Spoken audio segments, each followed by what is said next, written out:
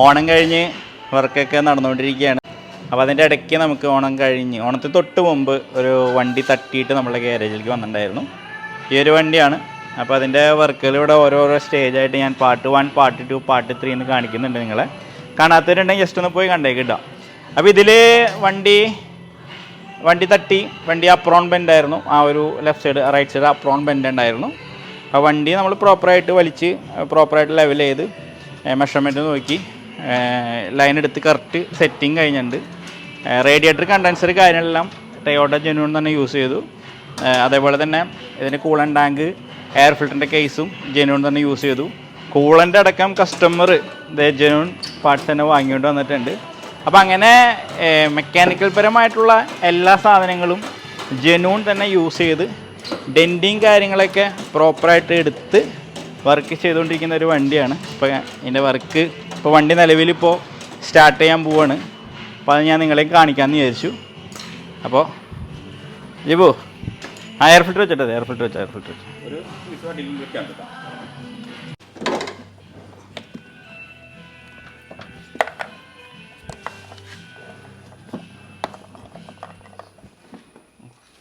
Tight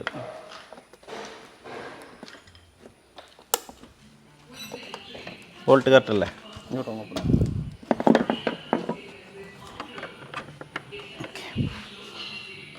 മറ്റേ ബോൾട്ടും കൂളൻ്റെ നിലവിൽ 9 litre കൂളൻ്റാണ് company വരുന്നത്. വണ്ടി തട്ടിയതിന് ശേഷം കൂളൻ്റ് പോയിണ്ടായിരുന്നു. അപ്പോൾ കസ്റ്റമർ ഇത് പർച്ചേസ് ചെയ്ത് കൊണ്ടുവന്നു. പക്ഷേ നിലവിൽ എഞ്ചിനിലും കുറച്ച് കൂളൻ്റ് എങ്ങനെ വന്നാലും കിടക്കുന്നുണ്ടാവും. നിലവിലിപ്പോൾ എത്ര 4 ബോക്സ് ഒഴിച്ചിട്ടുള്ളൂ ഇതിലേക്ക്. അത് കഴിഞ്ഞ് സ്റ്റാർട്ട് ചെയ്തതിന് ശേഷം ഇതൊന്നുകൂടി ഇരിക്കും. അപ്പോൾ ഇരുന്നിട്ട് ബാക്കിയുള്ളത് അലൈൻ ചെയ്യുക. വണ്ടി ഇടിക്കുന്ന സമയത്ത്, വണ്ടി ആക്സിഡൻ്റ് ആവുന്ന സമയത്ത് നമ്മൾ എപ്പോഴും ശ്രദ്ധിക്കേണ്ട കാര്യം, വണ്ടി ഫ്രണ്ട് തട്ടിയിട്ടുണ്ടെങ്കിൽ പിന്നെ എഞ്ചിൻ ഓഫ് ചെയ്തിട്ടേക്കാം. വണ്ടി റോട്ടിൽ നിന്ന് സൈഡിലേക്ക് നീക്കാൻ വരെ എൻജിൻ സ്റ്റാർട്ട് ചെയ്യാൻ നിൽക്കരുത്. എൻജിൻ സ്റ്റാർട്ട് ചെയ്യാത്ത കാരണമാണ് ഇതിൻ്റെ ഫാനിൻ്റെ ബെൽറ്റ്, നമ്മുടെ ഫാനിൻ്റെ പുള്ളി, ഫാനിൻ്റെ ക്ലച്ച്, അതേപോലെ തന്നെ വി ബെൽറ്റ്, അതിൻ്റെ ബയറിങ്, അങ്ങനെയുള്ള കാര്യങ്ങളൊന്നും ഡാമേജ് ആവാണ്ടിരുന്നത്. ഇതിപ്പോൾ വണ്ടി സെൻറ്ററിൽ കിടന്നു, വണ്ടി ഇടിച്ചു, മാറ്റിയിടാൻ വേണ്ടി സ്റ്റാർട്ട് ചെയ്തിട്ടുണ്ടെങ്കിൽ ഈ ഫാനും കാര്യങ്ങളൊക്കെ ഡാമേജ് വന്നിരുന്നേനെ. അപ്പോൾ അതൊന്നും ഈ വണ്ടിക്ക് ഉണ്ടായിരുന്നില്ല. അത് വണ്ടി ഫ്രണ്ട് തട്ടിയിട്ടുണ്ടെങ്കിൽ, റേഡിയേറ്റർ കാര്യങ്ങളെല്ലാം ലീക്ക് ഉണ്ടെങ്കിൽ വണ്ടി ഓഫ് ചെയ്തിട്ടേക്കാം. എവിടേക്ക് നീക്കണമെങ്കിലും തള്ളി നീക്കിയിടുന്നതായിരിക്കും എപ്പോഴും ബെറ്റർ കേട്ടോ. അപ്പോൾ അത് കാരണം ഈ വണ്ടിയുടെ കുറച്ച് പണികൾ കുറവ് വന്നു. കസ്റ്റമർ ആ കാര്യം ആ ടൈമിൽ കറക്റ്റ് രീതിയിൽ ചെയ്ത കാരണം. അപ്പോൾ എല്ലാം സെറ്റായിട്ടുണ്ട്. കൂളൻ്റ് ഒഴിച്ചിട്ടുണ്ട്.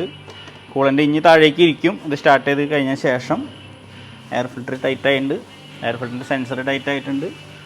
ഈ ഒരു ഭാഗമെല്ലാം കറക്റ്റായിട്ട് അലൈനായിട്ട് തന്നെ ഇരുന്നിട്ടുണ്ട്. റേഡിയേറ്റർ ഇരിക്കുന്ന ബോൾട്ടെല്ലാം കറക്റ്റായിട്ട് അലൈനായിട്ട് ഇരിക്കുമ്പോൾ തന്നെ ഇതിൻ്റെ മെഷർമെൻറ്റിൽ വ്യത്യാസങ്ങളൊന്നുമില്ല. കറക്റ്റ് മെഷർമെൻ്റ് ആണെന്ന് മനസ്സിലാക്കാൻ സാധിക്കും.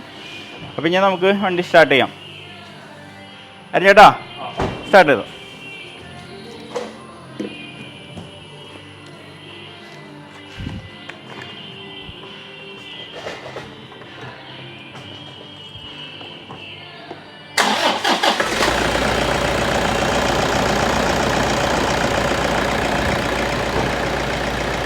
കൂളൻ്റ് നമുക്ക് നിറച്ച് ഒഴിച്ചിടാം. എന്നാൽ ഇത് ഫുൾ ടോപ്പിലിട്ടിട്ട് ഒരിക്കലും കൂളൻ്റ് നിർത്താനും പാടില്ല. എപ്പോഴും ഒരു മിനിമം ലെവലിൽ തന്നെ നിർത്തണം കേട്ടോ.